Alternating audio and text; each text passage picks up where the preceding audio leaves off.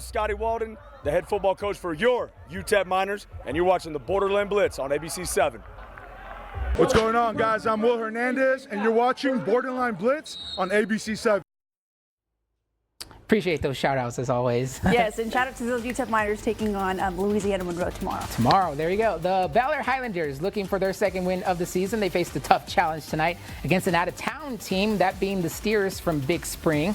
It was homecoming night for the Highlanders, but the Steers were hot out of the gate, forcing a Valor fumble right here on the first drive and actually recovering it near the goal line. And that would set them up just a few plays later. Quarterback Marcus Rios lobs it down the field right here to wide receiver Kane Valenzuela in the end zone for the touchdown and setting fast pace for this game. It's 7-0 Big Spring, but not to be outdone in front of a fired up crowd on homecoming night. Valor would answer back on the next drive. The Highlanders keeping it on the ground, marching down the field. In this play, quarterback Angel Dominguez would take it across the goal line himself. The extra point would tie the game at 7. This game was delayed, and we just found out a while ago that this is going to be declared a no contest. Yeah. So even though that's what the score was when they went into that delay, both teams decided that this is going to be a no contest. Yeah. So yeah. Unfortunately. Well, a battle of the H's tonight. This game went final with Hanks picking up their second win of the season to improve to 2-1 on their year, 24-13 over Horizon tonight. Horizon still in search of their first win of their season as they drop to 0-4.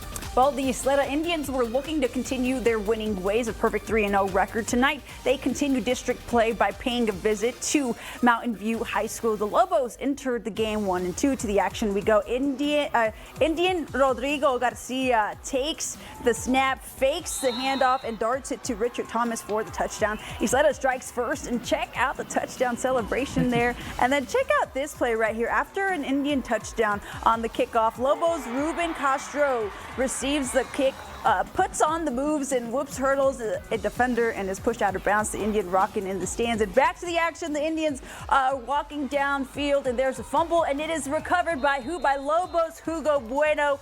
Unfortunately, the Lobos would not capitalize on this drive, so a little bit of turnover action here. Lobos' Gerardo Gandara takes the snap and checks downfield, sends a bomb, and it is picked off by Indians Michael Jaquez, who is immediately brought down. Isleta wins 52-15. The game was called early due to the lightning also in that area. But again, the game is final 52-18. The Indians 4-0. Impressive. Second win in district Big play. win for them, yeah. For well, sure. We're heading here to the Lower Valley. This is outside at Riverside Stadium in the Lower Valley, where you can see this is what they had to deal with. By the time our photographer got there, everybody was having to seek shelter.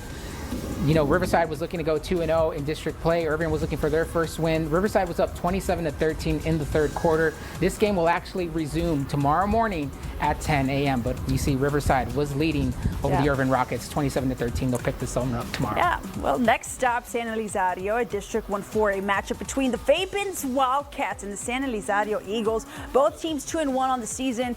Here, we're going to see Marquise Taylor. He starts the game with a massive 75-yard touchdown on the first play from scrimmage. Fabens quarterback Jesus Martinez responds by calling his own number and putting his team on the board. San Eli quickly fires down the field and scores on an option to take the lead 14-7. Fabens wide receiver Javier Hernandez was left wide open from broken coverage for a big-time touchdown to tie the game 14-14. Fabens capitalizes off a San Eli turnover and takes the lead 21-14 early in the second quarter. The Wildcats would pull out the big victory 35-28 over the Eagles.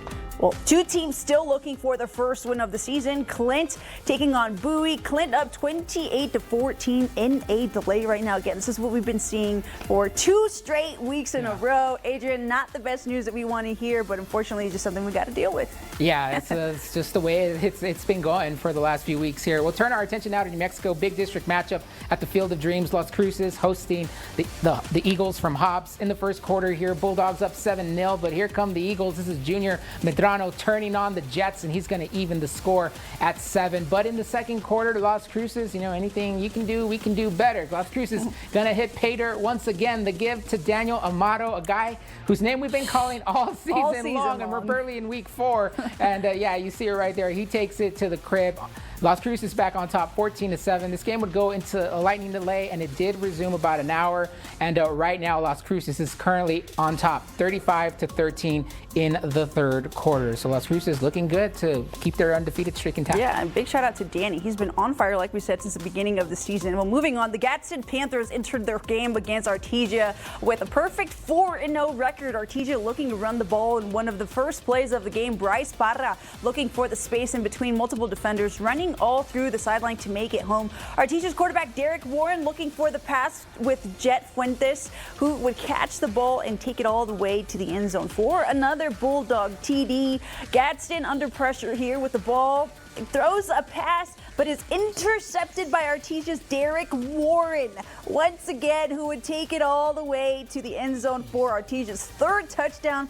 Now, Artesia, they get the big-time victory. They're undefeated no more are the Panthers, 35-7, big win for the Bulldogs. Yeah, that's a very tough Artesia squad. Yeah.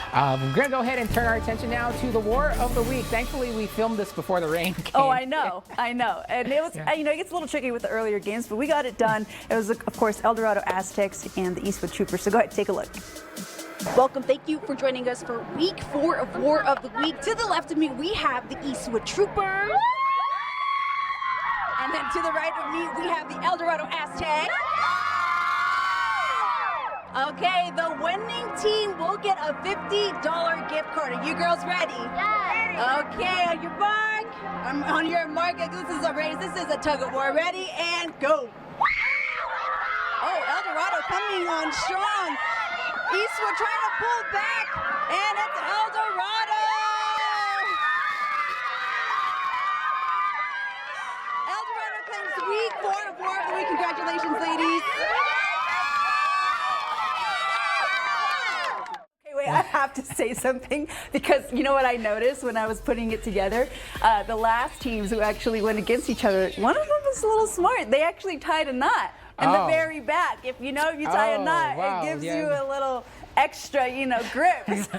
So I have to keep my eyes on these cheerleaders now. Yeah, so we don't want to be having that. No, absolutely no. Got to make it fair. And at least we had a winner in that contest between El Dorado, Eastwood. Again, that game currently in a delay. 2 minutes left to go. Eastwood was on top by just 2 points. Hopefully we'll see what's going on over there later in the show. But we got Zach's Dance Blitz coming up after the break. Here's Zach leading us to break.